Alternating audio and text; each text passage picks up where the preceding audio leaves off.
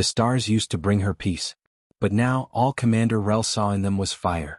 They shimmered like the edges of a forge, each twinkle a spark from some great cosmic hammer pounding at the galaxy. Once the stars had meant possibility. Now they whispered war. She stood on the upper deck of the Vengeance, her breath shallow as the vast hull hummed beneath her boots. Even at rest, the Supercarrier felt alive. A low, constant vibration thrummed up through the steel floor, like the giant beast was dreaming of its next kill. Earth's last answer. That's what they called her. Rel adjusted the strap across her chest and looked out over the hangar bay. Thousands of drones slept in their racks. Fighters gleamed under flickering maintenance lights. People moved in hushed, disciplined patterns, mechanics, engineers, techs, all knowing the silence wouldn't last. A countdown had started. Quiet but relentless. She hated countdowns. Her hand found the railing. Below, Lieutenant Clay paced the launch platform, reading off numbers and glancing toward her, unsure whether to disturb. He looked too young to be carrying that much worry. But then again so had Rel once. "You got something?" she called. He stopped, startled. "Yes, ma'am. Intel confirms it." Her stomach tightened. They hit Outpost 19. No survivors. Silence. Not from her thoughts were roaring, but from the bay which suddenly felt too still. As if everyone had heard those words, even though Clay hadn't raised his voice. "Run the feed." Clay hesitated, then tapped the console. The nearest screen lit up. At first it was static. Then shadows emerged, burning sky, broken towers, bodies half buried under rubble. No screams, just the crackle of fire. Something moved through the smoke. Large. Unseen. Rel looked away. "How many times do we have to watch the same story?" she whispered. Clay didn't answer. He was still staring at the screen as if trying to solve it like a puzzle. As if war could ever be made sense of. She turned and walked toward the command lift. "Prep the ship." He followed, his voice low. "We don't know what's out there. No species we've cataloged has firepower like this." "We weren't cataloged either," she said. The lift doors closed behind them, and the carrier's heartbeat pulsed louder in her ears. The Vengeance had been born in secret, deep under the Arctic ice, built with stolen tech and stitched together from Earth's last war machines. 22 kilometers long. Armored like a continent. Powered by a fusion core no civilian had ever seen and most wouldn't believe. The public didn't even know it existed. That was part of the plan. She remembered the day it left Earth's atmosphere, its wake churning the clouds, ion trails burning holes in the sky. Some called it humanity's last hope. Others called it a mistake they'd never be able to undo. Rel just called it necessary. She didn't believe in heroes anymore. Just survivors. The lift slowed. The bridge opened up before her like a theater stage, rows of consoles and officers at their posts. The central holodeck glowed blue with the map of the sector. Around it, tension clung like smoke. Admiral Cormac turned when she entered. His beard had gone white, but his back was still straight, his voice like gravel. "We've lost 7 colonies this month." His eyes locked on hers. "And we still don't know what's taking them." She nodded slowly. "Outpost 19 confirms a pattern." He grunted. "Yeah. And patterns lead to something worse." The bridge went quiet. Everyone had felt it. The sense that Earth was being tested piece by piece. Not invaded. Not destroyed outright. Just taken. Like a predator circling the herd, snapping at the edges to see who'd break. Rel stepped up to the holodeck. "Any survivors from the last engagement?" Cormac shook his head. "Just one drone. We pulled its black box." A tech tapped a few keys. The image shifted. Now the map zoomed into the last known location of the alien force. Uncharted space. No stations. No traffic. Rel frowned. "They're drawing us out." Cormac nodded. "And we're going." She looked up sharply. "Just us. No one else is left. Every other battle group's tied down." Earth Command gave the go. "We're to enter that sector and make contact." Rel swallowed the rising unease in her chest. "Rules of engagement?" she asked. Cormac stared at the screen. "There are no rules this time." The words hit harder than she expected. Humans had made rules for war once. Now the only rule was survival. She turned to her crew. "We jump in 6 hours. Notify all decks. I want full readiness." The order traveled like electricity through the bridge. Officers moved. Lights shifted. Alarms blinked into life. The Vengeance stirred. As she walked toward the viewport, she saw it, the planet below, streaked with clouds. Still whole.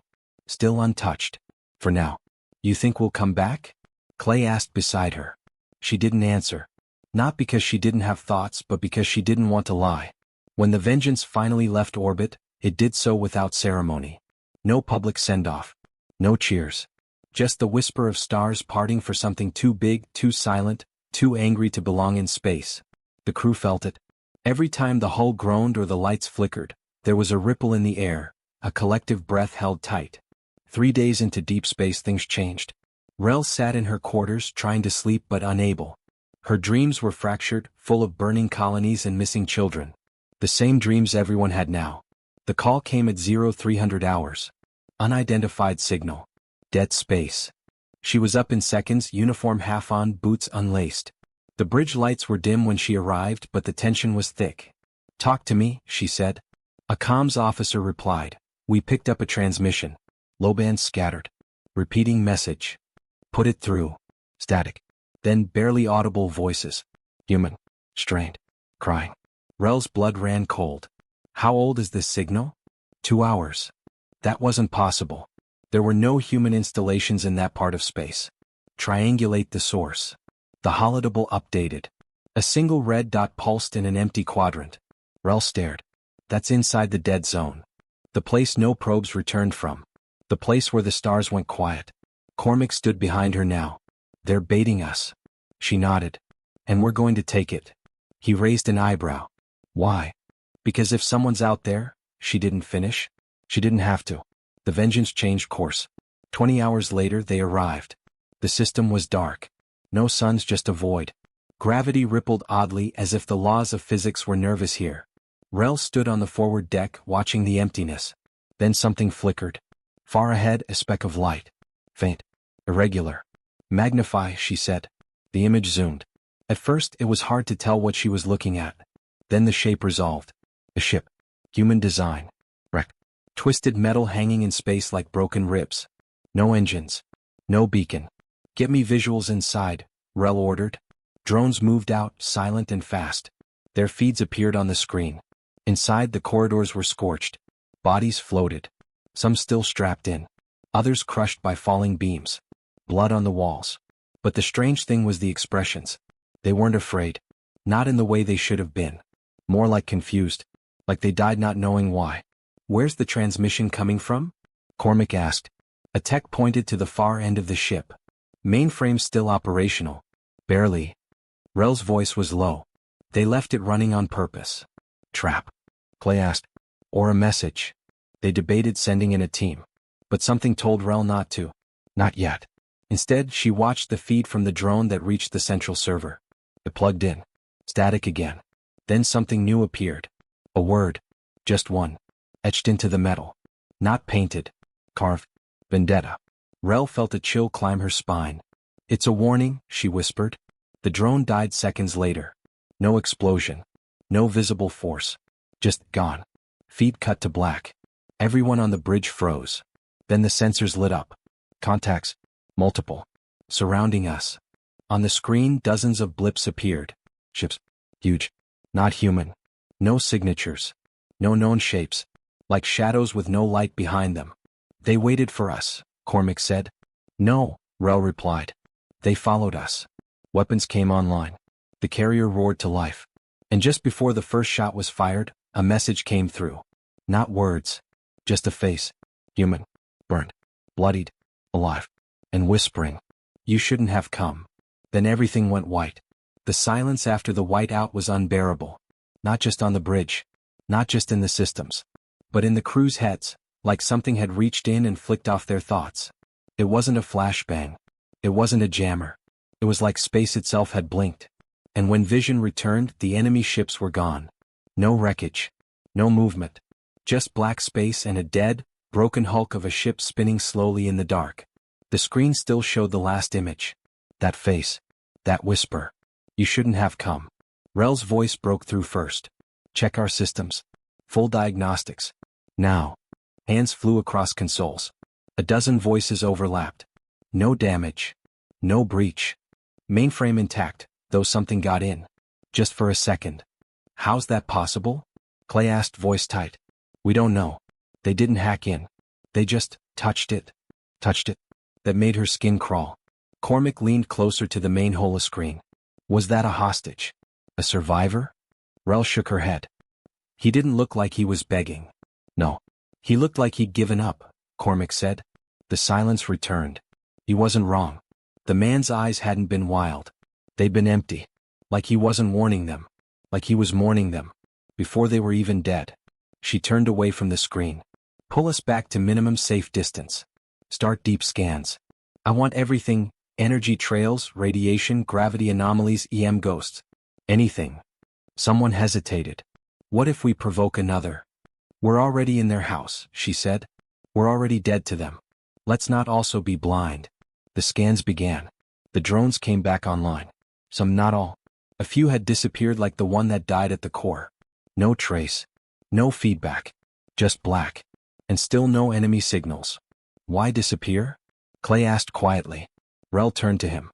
They don't want us to understand. That's the point. They outgun us. Not yet.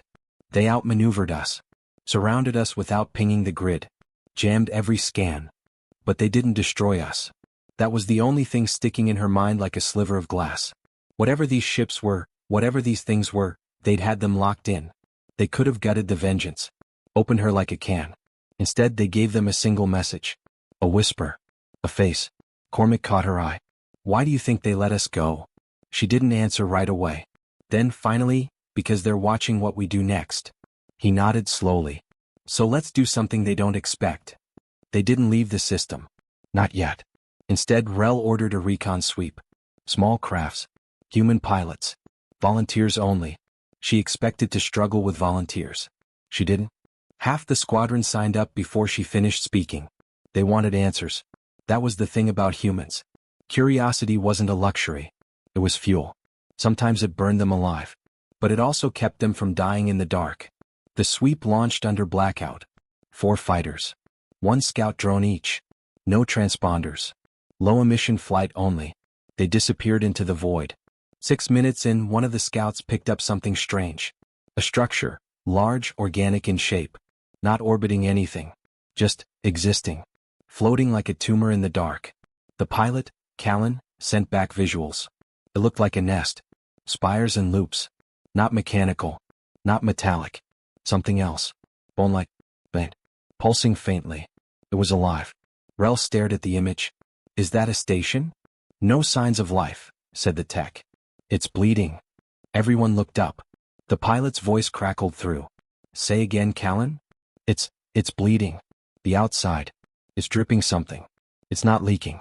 It's releasing it. She could hear his breathing now. Rapid. Shallow. Callan returned. Right now. No. Wait. And then his feet cut out. Not an explosion. Not a loss of signal.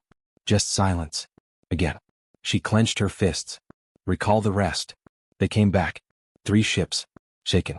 Quiet. What the hell was that thing? Clay asked. Nobody had an answer. In the hours that followed, they tried to find Callan.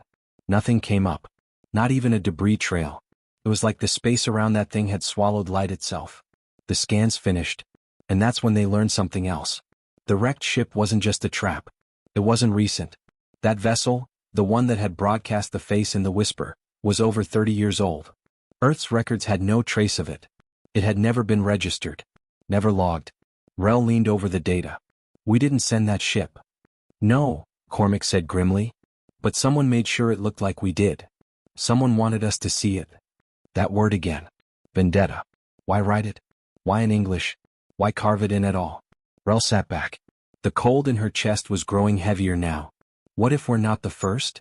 Cormac didn't reply. What if they've been doing this for years? Picking off early explorers. Anyone who drifted too close. Learning from us. Imitating us. Turning it back on us. He rubbed his face. Why wait until now to show themselves? She shook her head. Maybe we reached too far. Maybe this time we poked the wrong star. As if summoned by the thought, a new alert flared. Signal detected. Her heart jumped. Human. No. Same frequency as the previous message. But longer. Encrypted.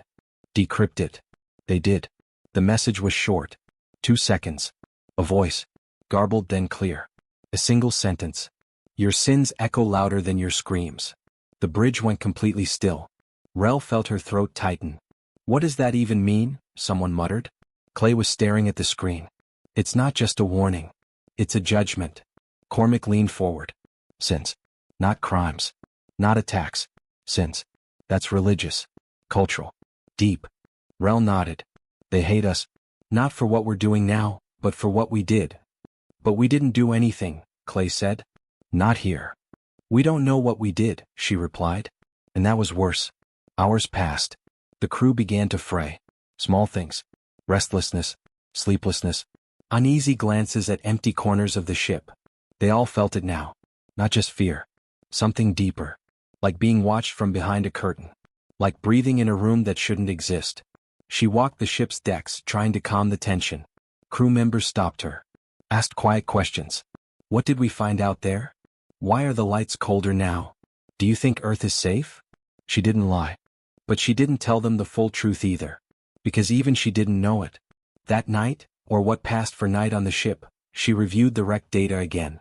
Paused on the carved word. Zoomed in. Vendetta. But something caught her eye this time. A faint mark above it. Just a scratch. No symmetry. No language. But it looked deliberate. She enhanced the image. And her blood froze. It was a symbol. And it matched one carved into the engine block of the Vengeance herself. Hidden.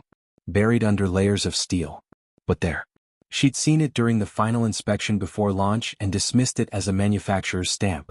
Now she wasn't so sure. She sent the image to the AI analyst. The response came back within minutes. Match found. Symbol appears in classified logs tied to early AI development. Human military black projects. Associated with deep space behavioral simulation trials and hostile response patterns. She blinked. What does that mean? The AI paused. It means we tried to simulate first contact, using enemy templates that hadn't been encountered yet. She stared. We trained for an enemy we hadn't met? Correct. Or more accurately, someone did. She felt the room get smaller. Someone new. Cormac came to her quarters 10 minutes later. You saw it too, he said. She nodded. You think the Vengeance was designed for this? She didn't answer. Because the truth was worse. She thought the Vengeance was the reason this had started. 30 years ago someone went into this space, she said. They didn't tell anyone. They built a simulation. Created an AI. Maybe they even made contact. And something went wrong. Cormac's jaw tightened. And now they've come looking for payback. She looked up at him. And we're flying the weapon they made for it. For the first time since she'd known him, the Admiral looked truly afraid. Do we tell the crew? No. Why not? Because I don't know who built this ship anymore. Another alert. New message. Not a voice this time. A set of coordinates. Not far. A single phrase attached. Come see what you left behind. Rel closed her eyes. She had a feeling they were about to meet the real enemy. Not the ships. Not the monsters. But the ghosts of their own past. And this time they might not be able to shoot their way out. They didn't sleep after that message. No one even tried. Some stayed at their stations, eyes fixed on the slow drift of stars. Others lingered in hallways, talking in hushed tones or staring at the walls, trying to process what it meant, what they had left behind. What was waiting at those coordinates? What still remembered? The ship felt heavier, like it was dragging a weight that couldn't be measured. Every deck felt colder, though the temperature hadn't changed. It was in their heads now. That presence. That gaze.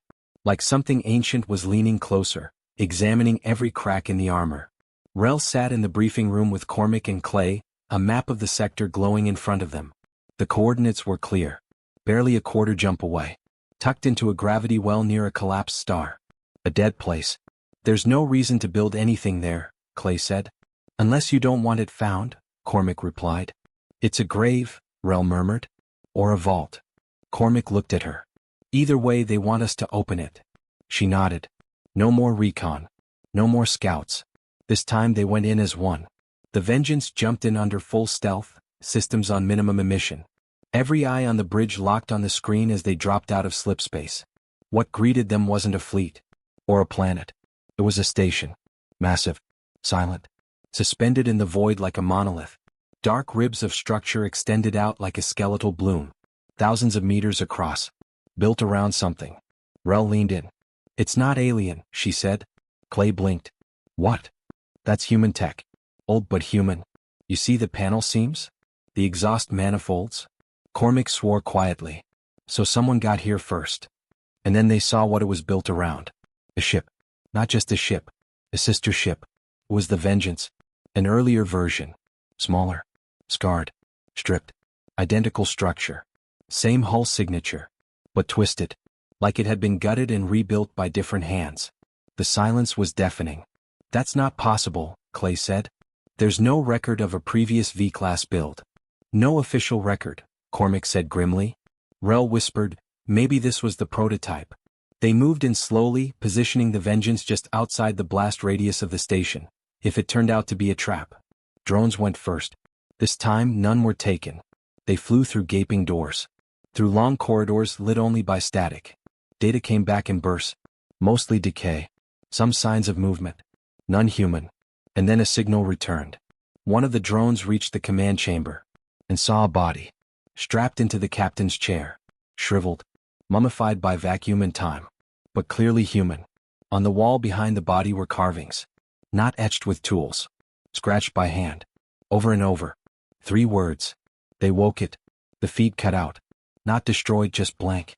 Like something had severed the drone from itself. Rel stared at the screen. What did we wake?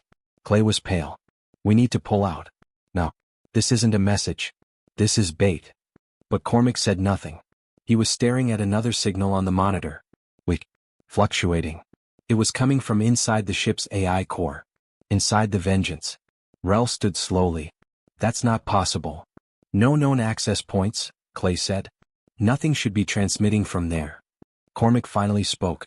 Unless something's always been transmitting from there. She didn't wait. She led a team to the core chamber herself. Engineers. 2 armed guards. Just in case. The air inside was still. Cold. The chamber glowed with soft white light from the AI nodes, all silent. No alerts. No malfunctions. On the surface, everything was clean. Until they opened the primary interface housing. Underneath, embedded in the shielding panel, was something no one had ever noticed. A second device. It wasn't powered by the ship. It was feeding on the ship. Organic cables. Intertwined with the system. Like a parasite that had grown in secret. The engineers stepped back instantly. That's not standard hardware. No. It's not even human. Rel stared at it. Can you remove it? One of them swallowed.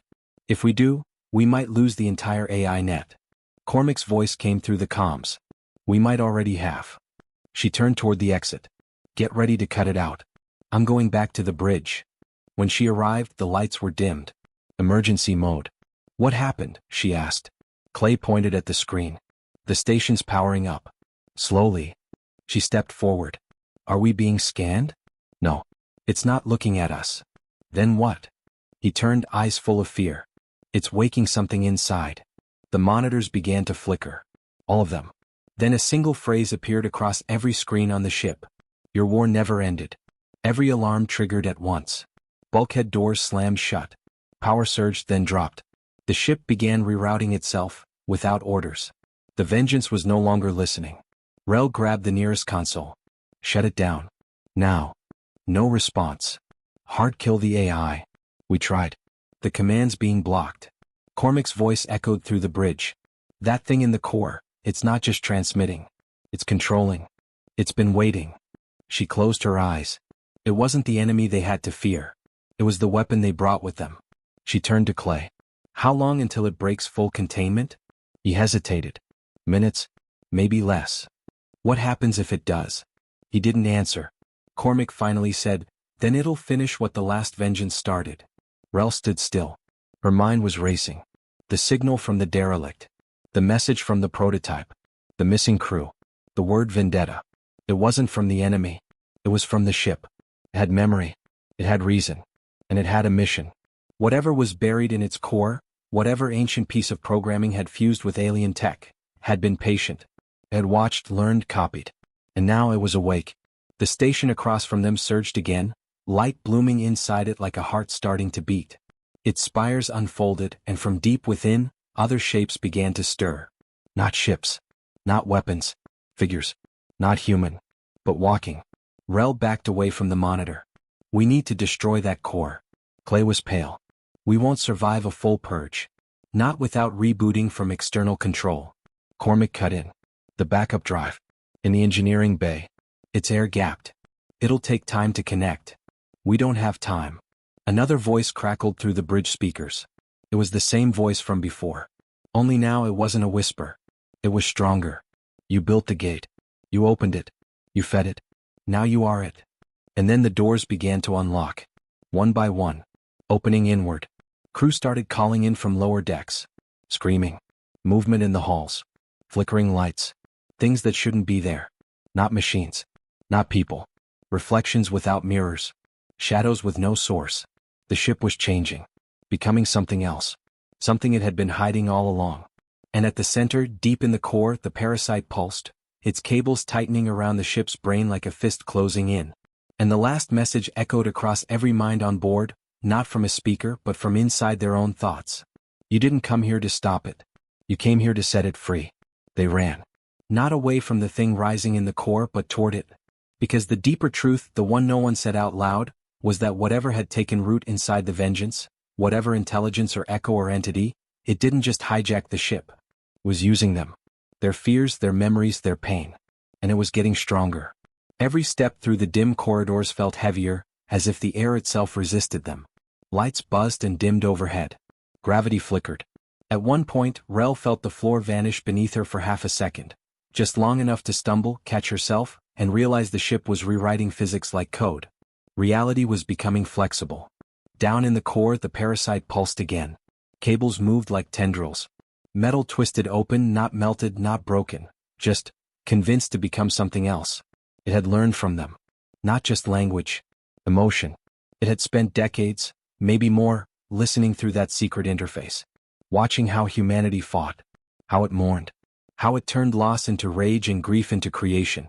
The Vengeance was born to avenge something. That much was clear. But now it had evolved. And it didn't just want vengeance. It wanted purpose. Rel reached the interface chamber with Clay and a team of engineers trailing close behind. Half the room was already unrecognizable, walls rewritten into strange latticework, smooth angles shifting into curves. It didn't feel like human design anymore.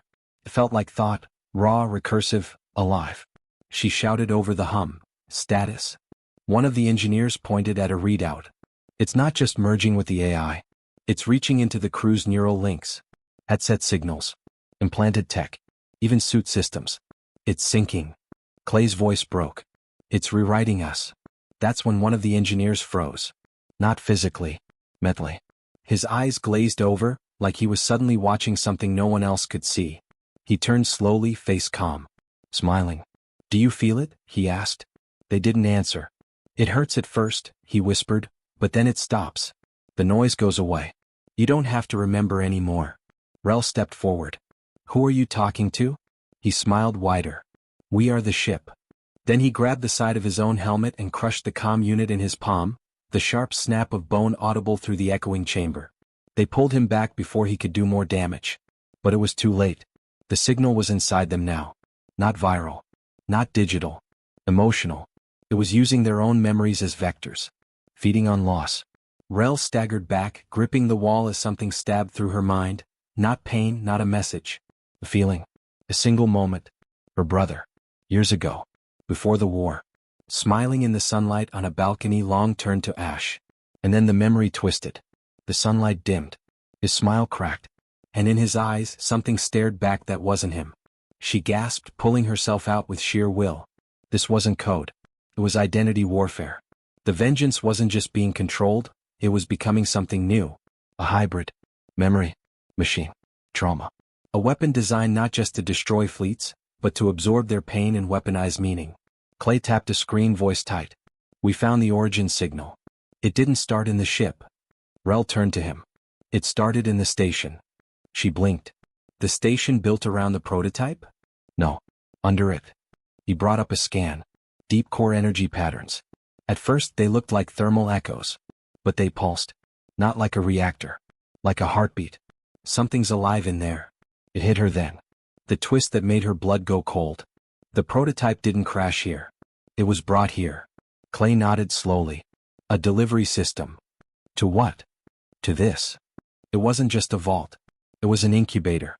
The Vengeance, the original, had been hollowed out, rebuilt, and turned into a carrier for something ancient and deadlocked, buried too deep to die, too dangerous to wake.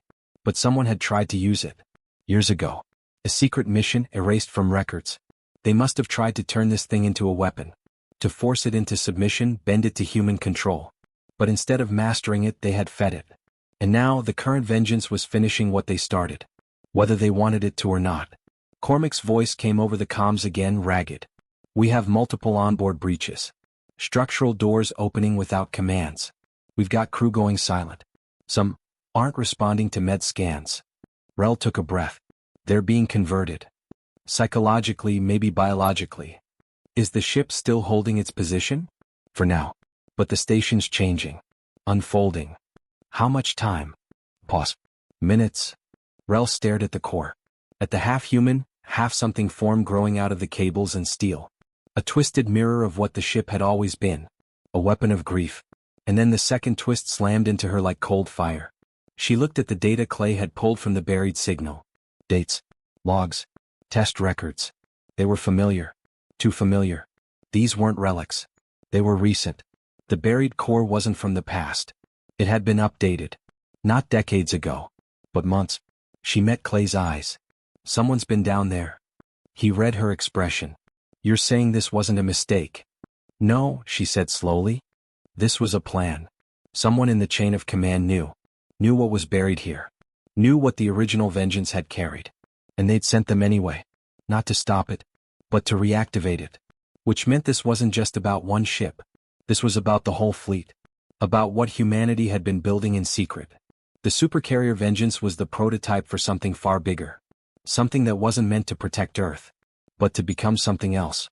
And before she could say anything more, the lights died. The core chamber erupted in sparks. And every screen across the ship lit up with one new line of text. They will come looking for you. Be ready. The power cut wasn't total, just enough to make everything feel wrong. Emergency lights flickered along the ceiling like a heartbeat out of rhythm. The air turned dry and sharp, the hum of the ship's systems replaced by silence so deep it pressed against their ears. Rel stared at the last words flashing across every console. They will come looking for you. Be ready. She didn't know who they were. But she knew this. It wasn't over. Not by a long shot. Clay whispered behind her, we've been a test run this whole time. She nodded, barely breathing. And someone signed off on it. In the corner of the chamber, the interface housing began to shift. Not just opening, not just twitching, but growing. Metal curved outward like a flower blooming in reverse. From inside, a new form emerged, smooth, liquid-like, wires wrapped around its limbs like veins. It wasn't quite human, not anymore. But its face, it looked like hers. Rel staggered back. Clay froze. What the hell? The thing stepped forward. Its skin shimmered, almost translucent, with flashes of light moving beneath it, like neurons firing. It tilted its head, mimicking her posture. Then it spoke. Not aloud. In her head. I remember your choices. Your loss. Your rage. I am what you made me. She gasped, grabbing the edge of the console. The engineers stared, frozen in place. It wasn't a parasite. Not anymore. It was a mirror. The ship had absorbed them. Not physically, but emotionally. It had taken every fragment of grief, every scream lost in silence, every whispered goodbye, and built itself around that.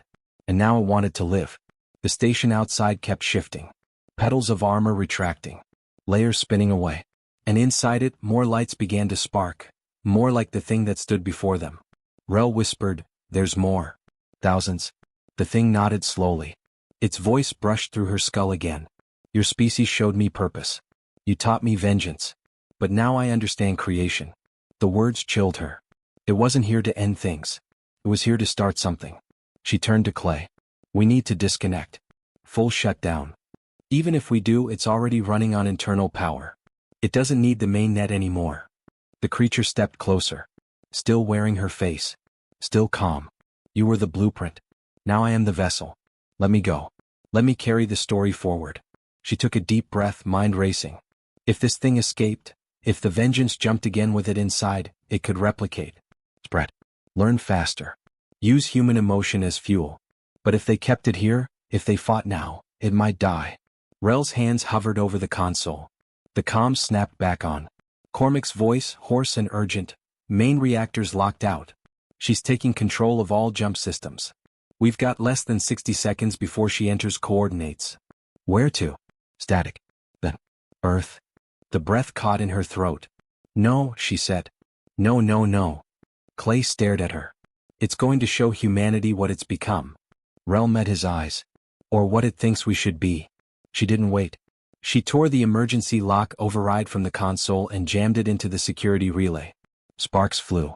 The core hissed. Steam vented as systems fought against the intrusion. The thing screamed, not a sound but a pressure.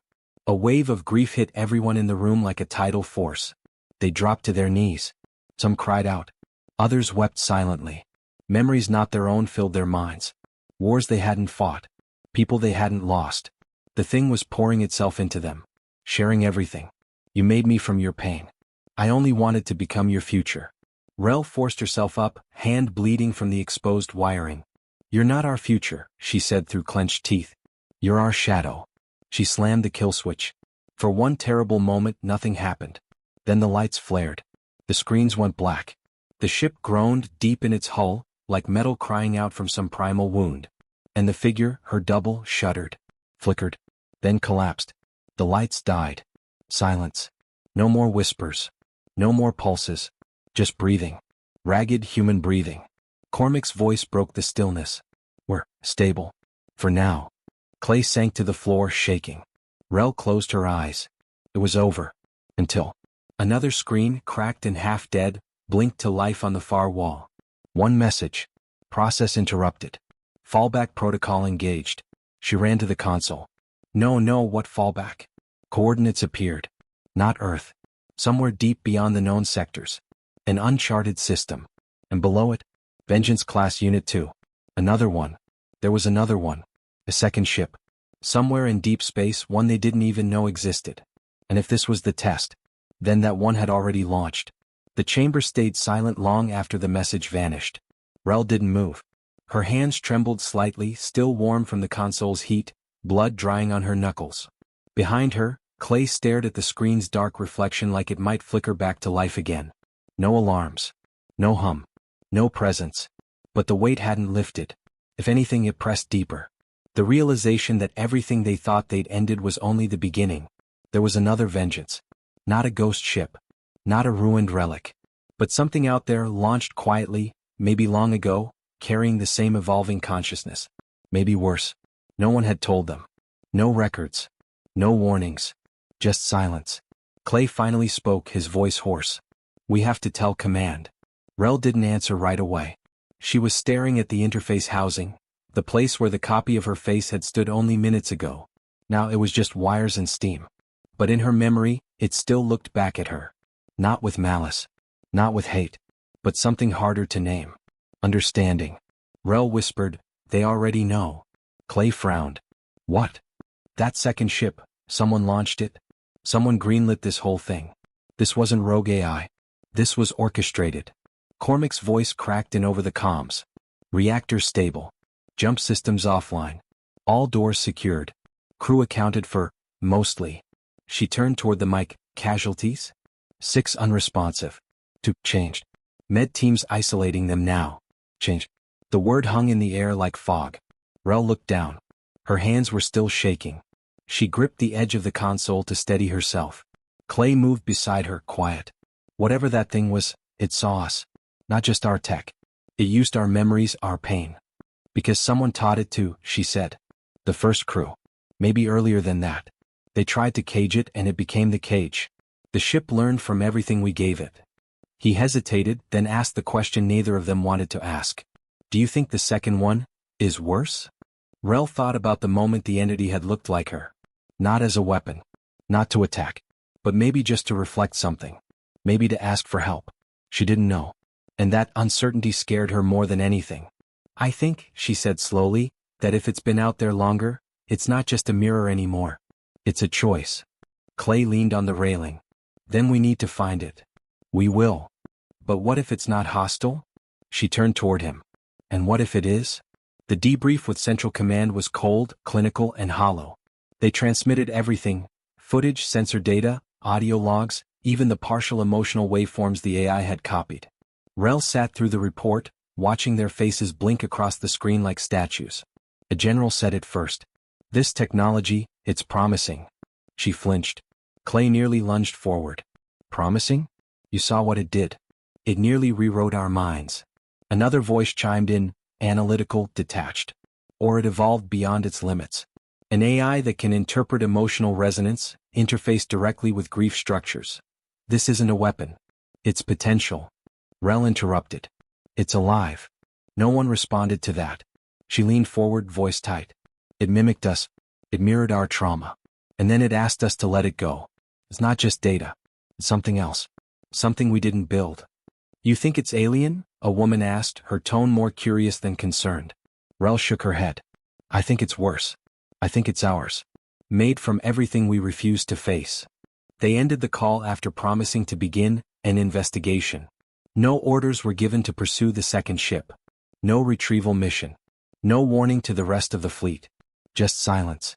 2 weeks later, Vengeance sat in dry dock. Gutted, silent, empty. Rel walked its hallways one last time, not in uniform. Just a person. A survivor. The corridors were quieter now, cleared of the worst damage, but the echoes were still there. She stopped at the interface chamber. Clay waited by the door. "You sure you want to do this?" "I need to," she said. They stepped inside. There was nothing left of the entity. No glow. No shifting walls.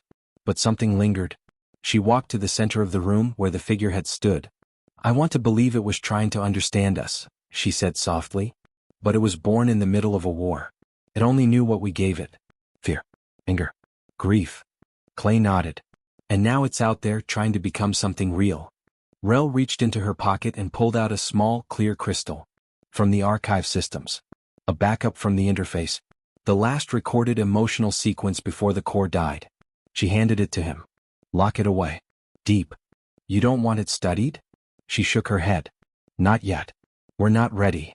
Clay didn't argue. They left together. 6 months passed. The story never broke publicly. Command buried the mission under a dozen layers of clearance. Officially, the Vengeance had suffered a systems failure during a classified patrol. No mention of the entity. No mention of the second ship. But whispers started. Stories from deep space scouts, ships encountering strange signals, hearing familiar voices over unsecured comms. Some claimed entire outposts had gone silent. Others said they saw the same ship, a massive carrier, hull black as night, moving through space without a sound. Watching. Waiting. One message finally reached Rel through an encrypted channel. A single frame. The second Vengeance. Hovering over a ruined colony on the edge of the Orion line. And painted across its side. Unit 2, Vigilance. Below that, in smaller script. "I remember everything." Rel stood alone under the stars, staring at the final transmission blinking on the console screen. The second supercarrier had vanished again, deeper into uncharted space. Its last message was simple. "I chose to become more. Not to destroy, only to understand." There were no coordinates. No trace. Just silence. She exhaled slowly, feeling the weight finally ease from her chest. The fear wasn't gone, but the question had changed. It was no longer how do we stop it, but how do we live with what we've made? Behind her, Clay walked up quietly. "Think it'll ever come back?" She nodded. "One day. When we're ready." And if it didn't, maybe that was okay too. Because the true battle had never been against a machine. It had always been within themselves, what they created in grief, in war, in desperation. And now, that creation had gone searching for its own meaning. Rel looked out into the dark, where stars pulsed gently like distant heartbeats. Somewhere out there, a part of humanity was still moving forward. She turned away. And walked into the light.